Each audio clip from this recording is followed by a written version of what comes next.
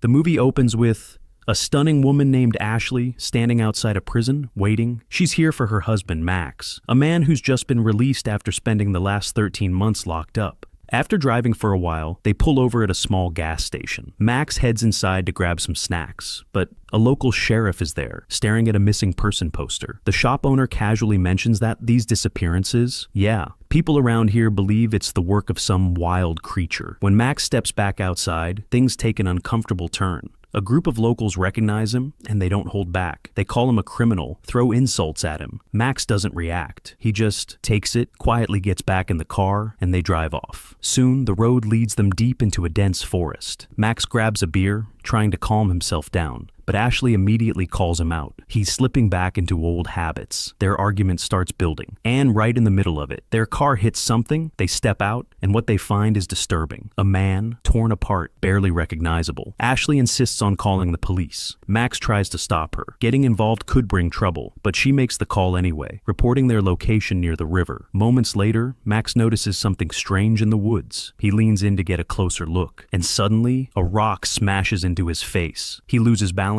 tumbles down a steep slope, and crashes straight into a raging river below. Ashley panics and rushes after him. Without hesitation, she jumps in. The current is violent, but somehow, she keeps fighting, dragging Max through the chaos until she finally reaches the shore. She immediately starts CPR, desperate, breathless, and finally, Max gasps back to life. But while they're fighting to survive, something else is moving. Back on the road, we finally catch a glimpse of it. A massive hair-covered creature. It pushes their car off a cliff like it's nothing. Back at the riverbank, Max is still weak, but Ashley finds a lighter in his pocket. She manages to start a small fire, and the two sit close, trying to warm up. Meanwhile, the sheriff arrives at the crash site. At first, there's nothing, but then he looks down the slope and spots the overturned car. He immediately calls for backup. Night falls. The sheriff learns that the car belongs to Ashley, and her husband is a former convict. Back at the river, Max and Ashley decide to stay put for the night. It's too dangerous to move in the dark. Morning comes. Max is finally strong enough to move. But something strange happens. Ashley realizes her clothes, the ones lying nearby, are gone. Just vanished. Max gives her his tank top so she can cover herself. They decide to follow the river, hoping it leads back to the road. But the terrain is brutal, steep, rough, almost impossible to navigate, so they head deeper into the forest instead. Every step they take, they're being watched. After wandering for some time, they suddenly hear voices nearby, human voices. Ashley quickly recognizes them, the same men from the gas station, hunters. Not exactly good people. Max knows it too, but they don't have a choice. He tells Ashley to hide behind a tree and approaches them alone. The hunters immediately start mocking him, laughing, insulting, pushing him around. Max tries to stay calm and asks to use their phone, but they make excuses. No signal out here, nothing works. Their leader BD brushes him off like he's nothing. Meanwhile, Ashley watches from a distance, but then, right behind her, something moves, and instantly she runs back toward Max. The hunters notice her, and their behavior turns disgusting. They start making crude jokes, laughing at her situation. BD eventually says they'll head back to their truck, which is hours away, and tosses her a jacket.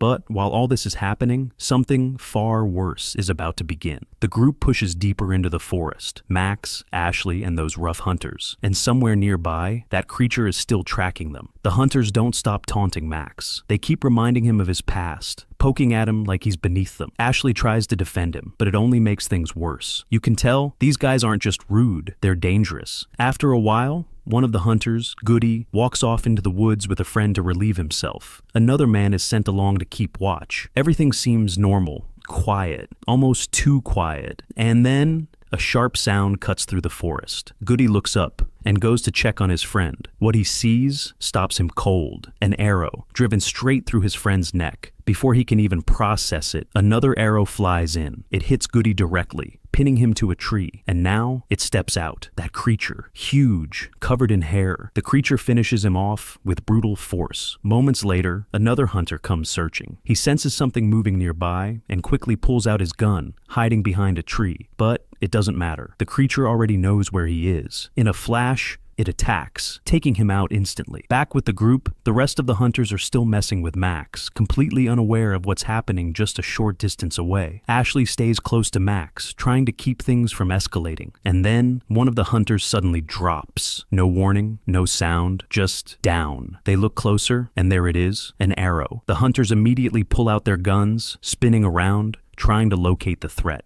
One of them finally spots something moving and starts firing wildly into the trees, but every single shot misses. Because this thing, it's faster, smarter. Max quickly tells Ashley to run and hide, and then the creature steps out, fully visible. It walks forward and takes down another hunter with terrifying ease. Ashley rushes back to check on Max, who's been knocked unconscious during the chaos. But suddenly, she senses it. That thing is coming, straight for her. She runs. At one point, she dives into a pit to hide, and finds that same cowardly hunter already there, trembling in fear. For a moment, it feels like they might survive. But no, the creature finds them, and what happens next is horrifying. Ashley uses that moment, that one chance, and runs again. But this time, she's not fast enough. The creature uses its arrows again, stopping her in her tracks. It captures her, and drags her away into the forest, back where Max lies unconscious. The creature returns. It's about to finish him, when suddenly, a gunshot.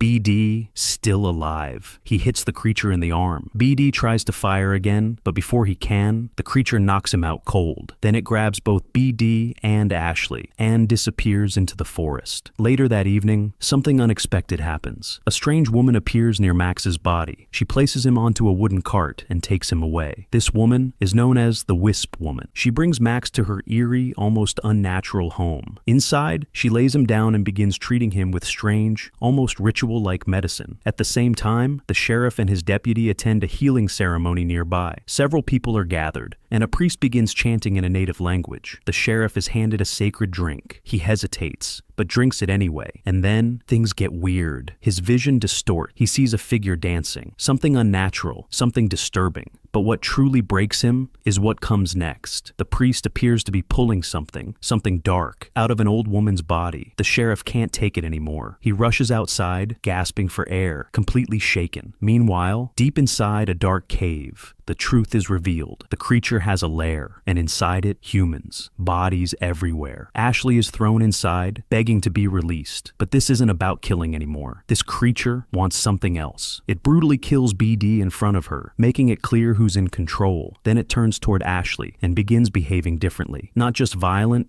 possessive, it seems interested in her. The next morning, Max wakes up inside the Wisp Woman's home, and this time, the sheriff is there too. And now, everything has changed, because the sheriff finally believes. He tells Max the truth. Ashley has been taken by something ancient, something that has lived in these woods for a long time. The sheriff says they need to go after it, and save Ashley. But there's one problem. Guns won't work easily. The creature can detect gunpowder, even from a distance, so they prepare differently. They craft wooden weapons, spears, but secretly, the sheriff still takes his gun, covering it in a strange paste to hide its scent. As they leave, the Wisp Woman begins beating a drum, like a declaration of war. Deep inside the cave, that creature hears the distant drum beats. It knows it's meant for him, so it steps out of the cave, leaving Ashley behind. And the moment it disappears into the forest, she actually manages to break free. She grabs whatever she can find, clothes, weapons, and then she runs. At the same time, Max and the sheriff move through the forest, both holding spears. The atmosphere is tense. The sheriff turns to Max and tells him something serious. Your job is to save your wife. He'll handle the creature alone. They split up. And right here, everything starts moving fast. The sheriff senses it first. That presence, that weight in the air. He knows the creature is close. He drops the spear and pulls out his hidden gun, but he's too late. The creature attacks from behind. The sheriff doesn't stand a chance. Meanwhile, Ashley hears something in the distance. She runs toward it and arrives just in time to see the creature. Without hesitation, she raises the shotgun and fires. Again and again, but every shot misses. The creature doesn't even care. It ignores her, like she's not even a threat. Moments later, Max arrives. For a second, everything slows down. They see each other. Relief hits. They're alive. They made it this far. But Ashley isn't done. She wants this thing dead. So she goes after it again, deeper into the forest. And this time, she manages to land multiple shots. The creature reacts, roaring in pain. It's badly injured now. Ashley returns to Max, breathing heavily, adrenaline still rushing, and that's when they both realize they've made it angry. Max immediately tells her to run. He'll distract it, buy her time. Ashley refuses. She's not leaving him, but Max looks at her and reminds her of something real, something grounding, their son. One of them has to survive for him, and in that moment, she knows. She has to go. Reluctantly, she turns and runs. Now it's just Max and the creature. Max grabs the sheriff's gun and starts firing. Multiple shots straight into the creature's chest. It staggers, slows, but it's still coming. When the bullets run out, Max switches to an axe and charges forward, but misses. Panic hits. He turns and runs, and suddenly, snap. A bear trap clamps down on his leg. He's stuck, helpless. The creature approaches slowly, almost calmly. It grabs the chain of the trap and pulls, causing Max intense pain. But that same force breaks the trap apart. Max is free, barely. He grabs a spear. The creature steps closer, ready to end it, and right at the last second, Max strikes. Again